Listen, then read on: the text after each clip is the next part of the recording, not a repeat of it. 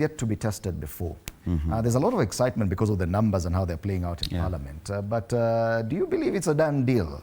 Or do you see things changing? And has your story captured the fact that it's not an easy thing to impeach a deputy president? Exactly, it's not a done deal because, in fact, if you follow a lot of what happens in the global sphere and the social sphere, we saw lawyer Ahmed Nasir suggest that the deputy president could actually resign before he's impeached because of the implications of the impeachment. As I said, the Supreme Court upheld in the case of Sonko and Waititu. In fact, Waititu had to be removed from the Nairobi River Commission, remember, because of impeachment. So impeachment kind of deals a death knell to your professional career. So I suspect that he may resign, but we are not there yet. They may even negotiate out of this and say, let's leave the man. Do you think that Kenya Kwanza are actually hoping that they may not necessarily need to go for this impeachment and that they are counting on the deputy president resigning instead because that would be easier on everyone? They're not. They're confident about the numbers, but they're not so confident about the grounds that they are putting in their motion.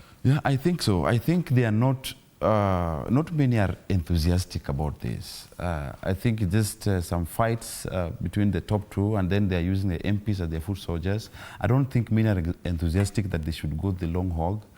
And maybe they think that Gachagua's resigning would spare them the drama because, impeachment turns the parliamentary proceeding into a court of impeachment, so to speak, so that after the National Assembly has their bit, they go to the Senate for the trial and the concurrence. So I don't think that many of them are enthusiastic about this, and in fact, quite frankly, something that they should even avoid altogether. Because yes, many people are talking about 2 weeks by Christmas, you have a flag, this time the other. Those timelines, are they realistic as far as you're concerned? I just think it's a political blaster because there's still, again, court proceedings. Gachagua may go and, of course, he can't stay the proceeding at the National Assembly or the parliamentary process, but after that, he could go to. But I also overheard grapevine, because we know some of these politicians, they say that they want to ensure that the final decision on his going home is done on a Friday night, say 11 p.m., so that by immediately the Senate concluded the voting, it's gazetted. So that if Gachagua is to go to court, he will have to go to court as a citizen on Monday. Not as a deputy president. Not as a deputy president. And by then he could have been replaced. Immediately, of course. By then, some nomination may have been made. And so he's fighting in the court, doing all those proceedings as not flying the flag. And if we look at the cartoons today, I think all the cartoons, as we come to the close of this conversation, all the cartoons appear to be talking about the same thing. Okay, fine, this is different. This is the Kajiado governor, Ole Lenku, who's seeking to succeed Governor Waiguru as the chair of the Council of Governors. But this is a Daily Nation cartoon. My position on my impeachment is very consistent, and he's sitting on a seat there with that parliamentary tower with a very sharp needle just behind his, just below his behind.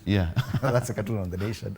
On the Star, same thing, and the crown today is a bit bigger than usual. The crown of Ohima. It's loose. It's not fixed. So all these people are trying to pull him down. And he's getting support from a few people here, a few MPs, the Wiper leader, the DAP Kenya leader.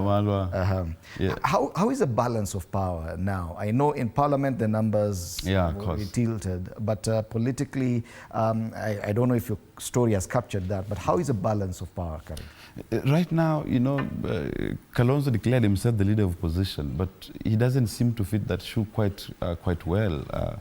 And I think as part of their political reorganizing the configuration, they are telling Gachagua that we are willing to work with you, and I think with the eye in the next election. And I think the thinking among the Kalonzo axis is that Gachagua and Ruto are a done deal. So whether the impeachment goes on or not, they will not run in the same way in 2027. And most fundamentally, that Ruto has lost Mount Kenya.